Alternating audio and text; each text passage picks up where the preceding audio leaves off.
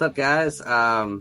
This is we're just trying to do something a little different rather than do the same thing over and over. And me and Stefan were talking about this alternate reality guitar that came out a few years ago called the Fender Powercaster.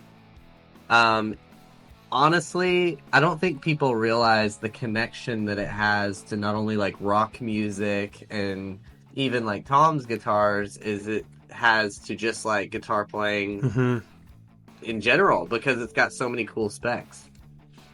Yeah. So Fender did release this as their alternate reality series back in, what was it, 2014?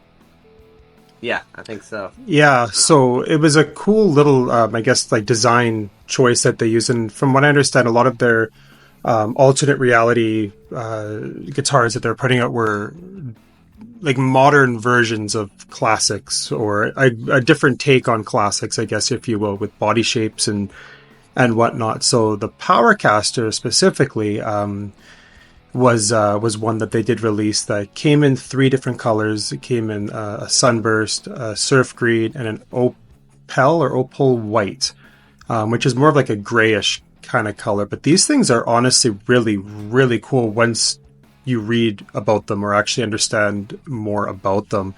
I think they got overlooked, especially Yeah. in like the, you know, pop punk style community, really, when it comes to gear. So I'm pulling up some articles now. It looks like it came out about 4 years ago, around 2019, or is that five now? Well, I guess almost So, five okay, now. yeah.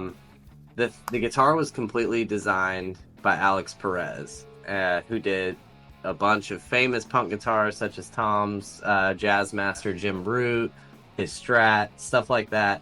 He says it's gone through so many variations. They got the idea around 2010, 2011, and they've had about 10 or 12 variations, and they finally decided on this one, and they decided to put it in the alternate reality series, that weird series they had with like the Meteora guitar, hmm because it's not a traditional design. Now, what's cool about this guitar is it's very similar to a Gibson. It's got the 24.75 scale length. It's got the Gibson style bridge on there. It does have Paul Ferro. That was back when Fender was doing all the Paul Ferro, but a baked maple neck and just simple controls with an M90 in the neck. He said it originally was going to have two humbuckers, which I could see, but it now has the M90, so it can. He says so it can cut deeper in the mix. And what a cool design! When I see this guitar, I've got it on my other screen here. The neck reminds me of the new Starcaster that Tom plays, like Yeah, that style. yeah, And you can I always make a joke that you can tell when Alex has designed a guitar because he likes having one string tree, like the Jim Root, the Tom DeLonge, always one string yeah, tree. yeah. And if you wanted a Jazzmaster style punk guitar and you didn't want to just have something identical to an artist, I would suggest this. Yeah, honestly, yeah, I'm just doing more and more research on this and watching videos and reviews and stuff. Like this thing is actually really, really cool. It has what was like a Fender Atomic for the bridge pickup, which from my Yeah. understanding is it does do some really good, crunch style tones to it. And then having that, that soap bar in the neck, you can really get some really like dirty sounds Yeah. coming out of this thing. It's a really cool mixture of both of those all in one. And having that, the 23 and a quarter scale length is, for Fender anyway, is pretty unique, right? Like they don't really have that specific scale length on one of these Yeah, guitars. and this first article could be wrong that talks about the ohms of the Fender Atomic. This Yeah. one says 16.4 ohms, and now to compare, that's like a Dirty Fingers is around 15 or 16. So this thing is hot. Um, Definitely wish I could try one. Yeah, me too. And I like the whole history with Alex designing it. I think this is going to be, I don't think it's going to be like high dollar collectible, but it's going to be one of those cool guitars in about 5 more years that people, when one pops up, they're going to grab it quick because I don't think you're going to see it again. It didn't do very well, did it?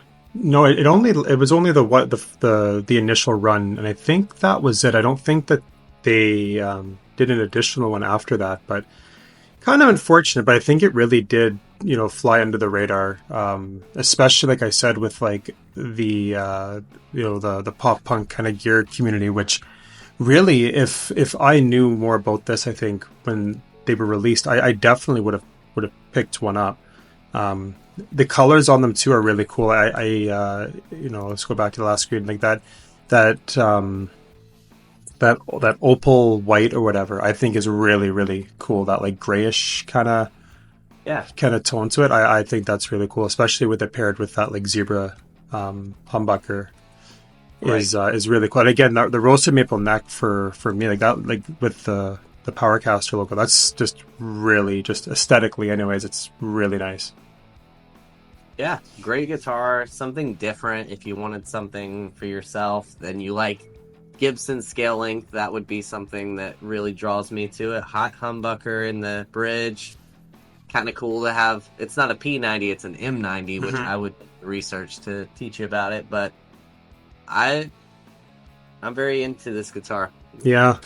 I'm interested to see if any of you guys have one of these or have tried one of these. Please let us know either in the comments or whatnot. If you have one of these, send us some pictures on our Instagram because I'd love to see. I'd love to see it. I know in doing a little bit of research on this, a lot of people did upgrade. So there was one I saw. Somebody had two humbuckers. Somebody had upgraded like this. Like the picture here on the left, you can see that it's the string tree. They changed.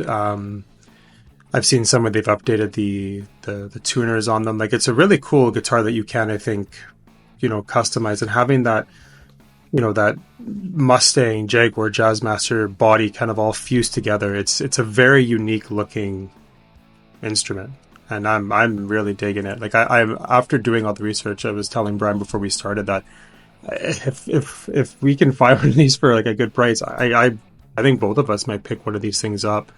They're really cool. Right. Right now, it looks like they're around $1,000 US, and more than worth that to me. Yeah, which is I think honestly a good price. It's made in Mexico. We should say that too. It's which again, $1,000 for this is really is really not that bad. So yeah, again, I'd love to hear what you guys think of it. If you guys have one, send us pictures. If you tried one, let us know how how it played, what you guys thought of it. I would personally love to know some like real reviews on them. So Yep. cool.